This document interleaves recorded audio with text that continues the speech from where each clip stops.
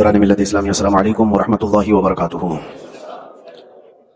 الحمد للہ الحنان المنان الذي خلق الانسان وعلمه البيان، والصلاة والسلام على رسوله سيد الانس والجان وعلى آله واصحابه ذوي الخير والاحسان، اما بعد فاعوذ باللہ من الشیطان الرجیم، بسم اللہ الرحمن الرحیم۔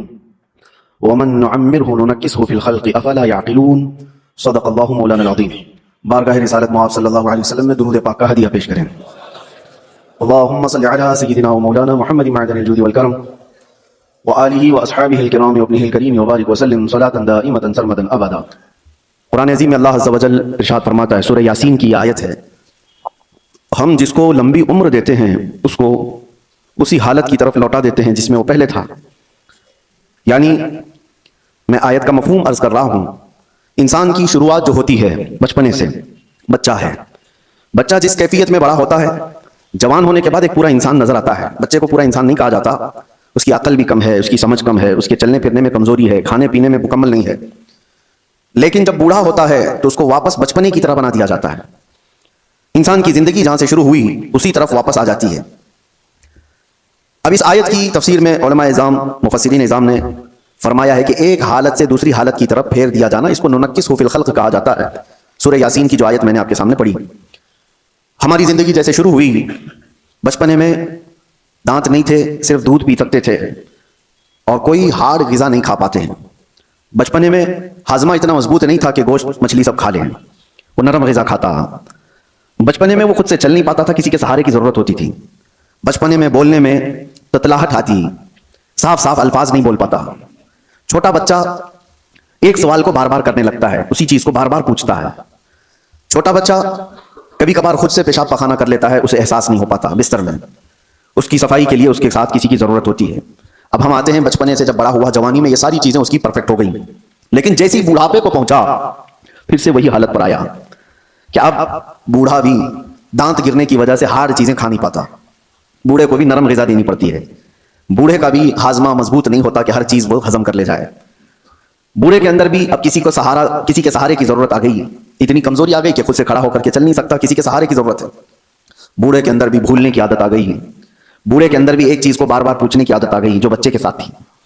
بوڑھے کے اندر پھر وہ مقام بھی آ گیا کچھ بوڑھوں کو کہ پیشاب پاخانہ نکلنے لگا اور ان کو پتہ بھی نہیں چل پا رہا ہے، کنٹرول ختم ہونے لگ گیا جسم کا، بستر پر ان کے پیشاب پاخانے بھی ہو گئے۔ بہت سارے بوڑھوں کے ساتھ یہ معاملہ ہوتا گیا۔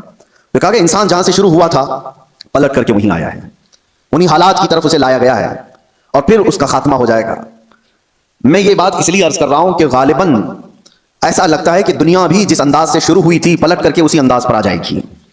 آج کے حالات ہمیں یہ بتا رہے ہیں۔ اگر آج کے زمانے میں کسی سے کہا جائے کہ دنیا واپس اپنے پہلے مدار پر آ جائے گی، پہلے کیفیت پر آ جائے گی، تو لوگ ہنسیں گے۔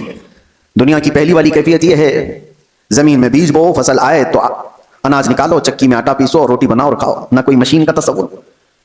پتھروں کو ٹکرا کر کے آگ جلاؤ اور دیے روشن کرو اور گھر کو اسی سے اجالا کرو، یہی پہلی کی کیفیت تھی۔ کپڑے اپنے ہاتھ سے سلو، باقی کوئی چیز نہیں تھی۔ گھوڑا سواری کرو، کوئی سواری نہیں تھی، نہ کار، نہ گاڑی، نہ پلین، نہ ٹرین، کوئی چیز نہیں تھی۔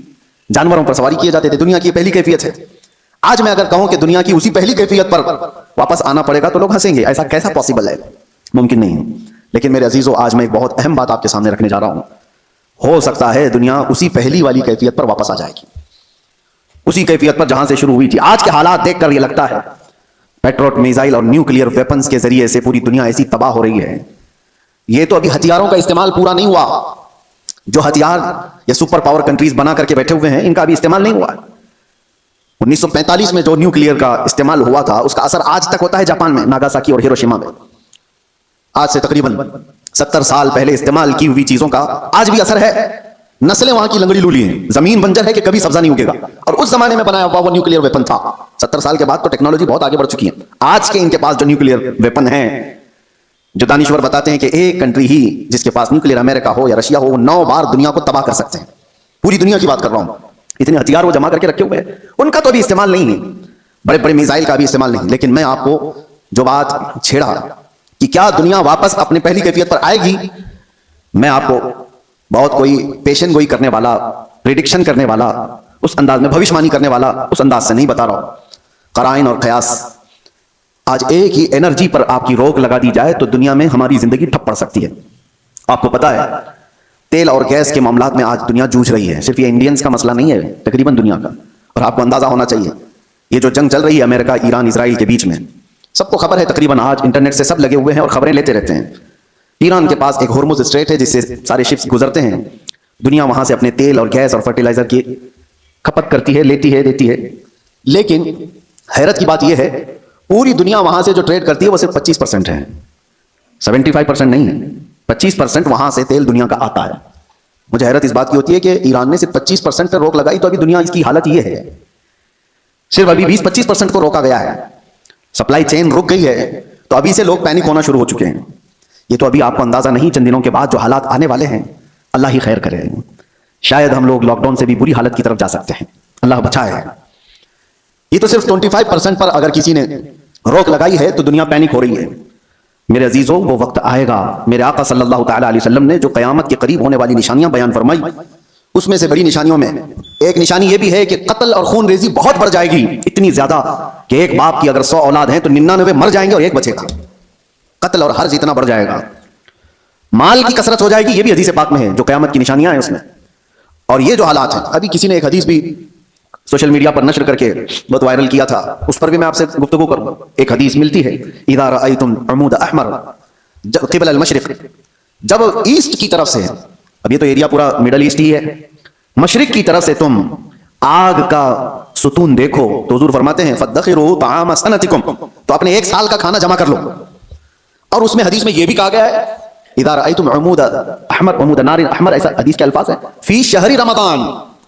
حدیث میں یہ ملتا ہے کہ رمضان کے مہینے میں جب مشرق کی طرف تم آگ اگلتی ہوئی دیکھو تو اپنے سال بھر کا کھانا پانی جمع کر لو. اب ایک طرح سے اس حدیث پر جو کلام ہے وہ بھی میں عرض کرتا ہوں. اکثر ائمہ اکرام نے اس حدیث کو ضعیف قرار دیا ہے، اور ضعیف احادیث بہت ساری اعمال میں مقبول ہوتی ہیں. لیکن جن ائمہ نے اس کو ذکر کیا، اب اس کی تشریح ہم یہ نہیں کہتے کہ جس آگ کا اور جس ستون کا ذکر آیا ہے وہ یہی جنگ کے متعلق ہے اور یہی ایران سے نکلنے والی آگ کا ہے، یہ ہم یقین کے ساتھ نہیں کہتے. لیکن الفاظ یہ ملتے ہیں کہ مشرق کی سمت سے اگر تم آگ کا مینار دیکھو، یہ میزائل جب اڑتے ہیں تو یہ آگ کا مینار ہی بن جاتے ہیں، آگ کا ستون بن جاتے ہیں. بہرحال بہت ساری علامات ایسی ہیں میرے عزیزوں جس سے یہ اندازہ تو ہے کہ یہ آپس میں دنیا کو تباہ کریں گے، یہ طاقتیں ٹکرائیں گی اور دنیا کو تباہ کریں گی. عام لوگوں کی موت کثرت سے ہوگی، بڑے لوگ اپنی اپنی سیکیورٹی اور اپنی حفاظت کا انتظام کر کے بیٹھے ہوں گے. عام انسانوں کو مرنے کے لیے چھوڑ دیا جائے گا. جنگوں میں سب کی تباہی ہے. کہنے کو تو امریکہ کل اعلان کر دے گا کہ ہم جیت گئے. جیت کس بات کی ہے؟ کیا انسانوں کے ہزاروں قتل کے بعد کوئی جیتتا ہے؟ ادھر بھی قتل ادھر بھی قتل، اور انسانوں کی موت کے بعد ونر کس کو کہا جاتا ہے؟ یہ تو صرف اور صرف اپنے نفس کو بڑا بنانے کا ایک ذریعہ ہے، باقی جیت کسی کی نہیں ہوتی. جنگوں میں مرتے ادھر بھی ہیں مرتے ادھر بھی ہیں. ہاں اتنا ہے کہ ادھر کم مرے ادھر زیادہ مرے، لیکن موت تو ہے. تو ناحق جو لوگوں کا قتل ہوتا ہے اور انسان اس میں مارے جاتے ہیں، یہ صرف اور صرف طاقتوں کے ٹکراؤ سے ہے. میں آپ سے ایک بات عرض کر رہا ہوں، اندازہ کرو کہ اگر دنیا نے تمہارے سپلائی چین کی نس کو تھوڑی دیر کے لیے روک لیا تو تم کیا کرو گے؟ ایک وقت وہ آئے گا جب مخبر صادق صلی اللہ تعالی علیہ وسلم نے فرمایا قحط اتنا زیادہ ہو جائے گا کہ لوگ ایک دوسرے کا گوشت کھانے کی کوشش کریں گے. قحط سالی ایسی آ جائے گی. ساری قحط سالی کس کو کہتے ہیں؟ قحط. ایک حدیث میں تو ملتا ہے کہ دجال کے آنے سے 3 سال پہلے پہلا سال ایسا ہوگا کہ زمین 1/3 حصہ سبزہ اگانا روک دے گی اور آسمان 1/3 حصہ بارش برسانا چھوڑ دے گا. اور دوسرا سال ایسا آئے گا کہ زمین آدھا حصہ سبزہ اگانا چھوڑ چکی ہوگی اور آدھا حصہ آسمان بارش برسانا روک دے گا. اور تیسرا سال ایسا آئے گا کہ زمین پورا حصہ سبزہ اگانا چھوڑ چکی ہوگی اور آسمان پورا ہی بند ہو چکا ہوگا، کوئی بوند قطرہ نہیں گرے گا بارش کا. اور اس وقت لوگ قحط میں ایسے مبتلا ہوں گے کہ ان کے پاس کھانے پینے کی کوئی چیز نہیں رہ جائے گی. یہ تو دجال کے ظہور سے پہلے کی علامت بتائی گئی ہے. لیکن کچھ روایات میں آپ کے سامنے یہ بھی رکھتا ہوں، جن چیزوں کے ہم ہیبیٹیٹ ہیں، عادی ہیں، ان چیزوں کے استعمال پر اگر روک لگی تو ہماری زندگی اتھل پتھل ہو جائے گی. آپ کو صرف ایسا لگتا ہے کہ گیس اور تیل کے رکنے سے کیا ہوگا، کسی انرجی انفراسٹرکچر پر حملہ ہونے سے کیا ہوگا؟ میرے عزیزوں، آج جس سچویشن میں ہم ہیں ہماری زندگیاں پوری الٹ پلٹ ہو جائیں گی. ہم وہ لوگ نہیں ہیں جو چکی پیس کر کھانے والے تھے، آج مشینوں کے دور میں جینے والے لوگ ہیں. تمہارے پاس ایک چمچ مسالہ بھی بغیر مشین کے پیسا ہوا نہیں ہوتا. ہر چیز کے لیے تمہیں انرجی کی ضرورت ہے، ہر چیز کے لیے تمہیں کرنٹ اور تیل اور گیس کی ضرورت ہے. ایسی عادت ہمیں آج لگی ہوئی ہے. ہمارا کوئی کھانا بغیر مشینوں سے گزرا ہوا نہیں آتا، کوئی کھانا.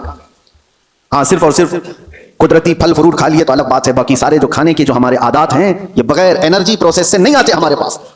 کل کو جب یہ سواریاں رک جائیں گی، جب یہ نقل و حمل ایک جگہ سے دوسری جگہ جانے کے ٹرانسپورٹ اور کمیونیکیشن سب رک جائے گا تو لوگوں کے اندر کا ایک پاگل پن باہر آئے گا. یہ تو یہ ابتدا ہے. دوسری ایک چیز، آج سے تقریباً 9 سال قبل میں نے ایک بیان میں عرض کیا تھا، کرپٹو کرنسی کا جو یہاں پر دنیا میں رواج لانے کی کوشش کی جا رہی ہے، اس سے کیا ہونے والا ہے؟ ایک بات میں آپ کو بتاؤں، ان قریب ایسے حالات آئیں گے کہ آپ کا مال و دولت سب ختم کر دیا جائے گا. آپ کی جیب میں جو یہ سکے اور پیسے ہیں ایک دن یہ سب نکل جائیں گے. ویسے بھی ابھی آدھے سے کم رہ گئے آپ کے پاس. آپ کی جو دولت ہے وہ سب آپ کے بینکوں میں ہے، اور آپ موبائل لے کر کے گھومتے ہیں یا اے ٹی ایم کارڈ لے کے گھومتے ہیں. آپ کو بینک نے صرف اتنا بتایا اتنے ڈیجٹ ہیں آپ کے پاس پیسے. آپ کو بھی یقین ہے 10 لاکھ روپے آپ نے بینک میں جمع کیا اور 10 لاکھ کا ڈیجٹ آپ کو بینک نے دے دیا آپ کے موبائل کے میسج پر، اور آپ کو یقین ہے میرے پاس 10 لاکھ ہیں. پکڑنے میں کچھ بھی نہیں آپ کے پاس، اور نہ ہی روز جا کر کے آپ بینک کا مشاہدہ کر رہے ہیں کہ میرے جو نوٹ دیا تھا وہ ہیں کہ نہیں ہے، ہیں کہ نہیں ہے. آپ کو اس سے کوئی مطلب نہیں. بینکوں نے آپ کو ایک ضمانت دے دی کہ آپ کے اتنے پیسے ہمارے پاس ہیں. ضمانت کیا ہے؟ صرف میسج ہے، وہ ڈیجٹ ہے، وہ نمبرز ہیں. انہی نمبرز پر دنیا جی رہی ہوگی. اب یہ رواج اور بڑھتا جائے گا. آپ جو کیری کرتے تھے سکے اور نوٹ وہ بھی ختم کر دیے جائیں گے. کچھ نہیں ہوگا کسی کے پاس، اور سارا ٹرانزیکشن آپ کا جو چلتا ہے وہ انٹرنیٹ سے چلتا ہے. جس دن انٹرنیٹ کو شٹ ڈاؤن کر دیا جائے گا سارے کے سارے فقیر ہوں گے، کسی کے پاس کچھ نہیں ہوگا. ان کے ہاتھوں میں نہ کوئی رقم ہوگی نہ کوئی پیسہ ہوگا، کیونکہ سب کچھ ان کو بتایا گیا تھا کہ بینک میں اتنے ڈیجٹ ہیں ہمارے پاس. اس کی کیا شیورٹی ہے کہ کبھی انٹرنیٹ بند نہیں ہوگا؟ اس کی کیا گارنٹی ہے میرے عزیزو؟ اسی لیے پہلے کے دور میں لوگ درہم اور دینار رکھتے تھے. درہم اور دینار کیا ہوتے ہیں؟ درہم چاندی کا سکہ ہوتا تھا اور دینار سونے کا سکہ ہوتا تھا. حکومتیں چاہے جتنی بھی بدل جائیں، دینار کو آپ میلٹ کرتے تو سونے کی ویلیو ہمیشہ رہتی، چاندی کی ویلیو ہمیشہ رہتی. لیکن یہودیوں نے درہم اور دینار کو ہٹا کر کے کرنسی نوٹ لایا. کاغذ کے ٹکڑے جو آج ہماری جیب میں ہیں، 100 کا ہے، 200 کا ہے، 500 کا ہے، 2000 کا جو بھی نوٹ ہیں، ڈالر ہو کہ یورو ہو کہ پاؤنڈ ہو کہ روپیہ ہو، سب کاغذ پہ ہیں. اور اس کاغذ کی ویلیو صرف اس لیے ہے کہ گورنمنٹ نے کہا ہے اس کی اتنی قیمت ہے، اور جس رات کو اعلان کر دے کہ کل سے یہ نوٹ نہیں چلنے والی، وہ سارے کچرے کے بھاؤ میں بھی نہیں جاتے. وہ کاغذ کے ٹکڑے ہیں، ردی پیپر ہو جائیں گے جس دن اعلان ہو جائے. اور ہو چکا ہمارے یہاں تو ایک بار رات میں اعلان ہو گیا کہ 500 کے نوٹ، 1000 کے نوٹ بند ہو گئی، ختم ہو گیا. وہ پیپر کہاں ہے آج؟ یا اس وقت کے 2016 سے پہلے کے وہ 500 1000 کی نوٹ لے آؤ، آپ کو پکڑ کے لے جائیں گے. اس کی کوئی ویلیو نہیں ہے، اس کی کوئی حیثیت نہیں. تو وہ کاغذ کے ٹکڑے. تو پہلے دنیا درہم اور دینار سے کاغذ کے ٹکڑے پہ آئی، کاغذ کے ٹکڑوں سے پھر اے ٹی ایم کارڈ پہ آئی، پھر کارڈ بھی کیری کرنے کی ضرورت نہیں، اب صرف موبائل میں آئی. آپ موبائل سے سارا ٹرانزیکشن کرو، ادھر سے میسج ادھر گیا، ادھر سے میسج ادھر آیا. باقی حیرت ہوتی ہے کبھی ہم ٹیکسی میں بیٹھے ہیں 500 روپے ہو گئے، نہ میں نے جیب سے کچھ نکالا نہ اس نے لیا، ادھر سے میسج ادھر گیا، اس کو بھی یقین ہے میرے پاس 500 آ گئے. میرے پاس بھی وہی موبائل، اس کے پاس بھی وہی موبائل، موبائل صرف اتنا کہہ دیا اس کو کہ 500 کا ایک میسج چھلک گیا ہے. ہاں وہ آگے بڑھ گیا. یہ یقین بڑھتا چلا گیا ان ڈیجٹس کے اوپر، ان نمبرز کے اوپر. وقت ایسا آئے گا کہ ساری زندگی انہی نمبرز پر گھوم رہی ہوگی. ایک دن اچانک یہ سارے مواصلات کا ذریعہ بند کر دیا جائے گا اور لوگ قحط سالی کے شکار ہوں گے. السلام علیکم، میرا نام ہے فیروز انصاری اور آپ دیکھ رہے ہیں اسلامک اسٹوڈیو. تو آپ نے بہت ہی بڑے علماء کرام مفتی سلمان اظہری کا واقعہ تقریر سماعت کی ہے، اور انہوں نے یہ بتایا ہے کہ آنے والا سمے جو ہوگا وہ پہلے کے جیسا ہوگا. تو ان کا کہنے کا مطلب یہ ہے کہ جیسے لوگ بچپن میں بہت کم کام کر پاتے ہیں، ویسے ہی بڑھاپے میں بھی بہت کم کر پاتے ہیں. جیسے تین چیزیں ہوتے ہیں، بچپن، دوسرا جوانی، تیسرا بڑھاپا. تو یہ 3 چیز ہوتے ہیں جو بچپن میں نہیں کر پاتے ہیں وہ بڑھاپے میں بھی نہیں کر پاتے ہیں، اور جو جوانی میں کر پاتے ہیں وہ بڑھاپے اور بچپن میں نہیں کر پاتے ہیں. ان کا یہی کہنے کا مطلب ہے. اور ہم سے زیادہ تو انہی سے خیر آپ لوگ اچھے سماعت کیے ہیں. تو میں اس ویڈیو کو زیادہ لمبا نہیں کرنا چاہتا ہوں. اگر ویڈیو آپ لوگ کو اچھا لگا ہو تو ویڈیو کو لائک کیجیے گا اور کمنٹ کیجیے گا، اور چینل کو سبسکرائب کرنا نہ بھولیے. ایسے ہی ویڈیوز لاتے رہیں گے. تب تک کے لیے دھنیہ واد. السلام علیکم.